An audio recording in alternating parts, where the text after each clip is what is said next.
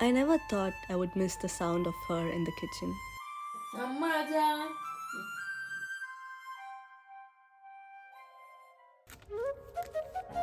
The way the whole house smelled like warmth before we even sat down to eat.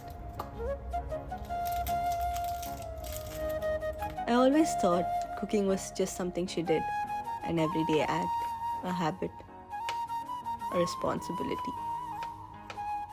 I never realized it was love. She would always say, "You don't need to learn now. One day when the time comes, you'll know." So I never cooked. I just waited eagerly to dive right into the delicious food she made. And now, I'm here, in a different kitchen, far from home, holding the same spices she once held, trying to recreate something that tastes just like Ammi's. The first time I made biryani on campus, I called her. She laughed, gave me the recipe, and said, "It'll turn out good, don't worry." And somehow, it did.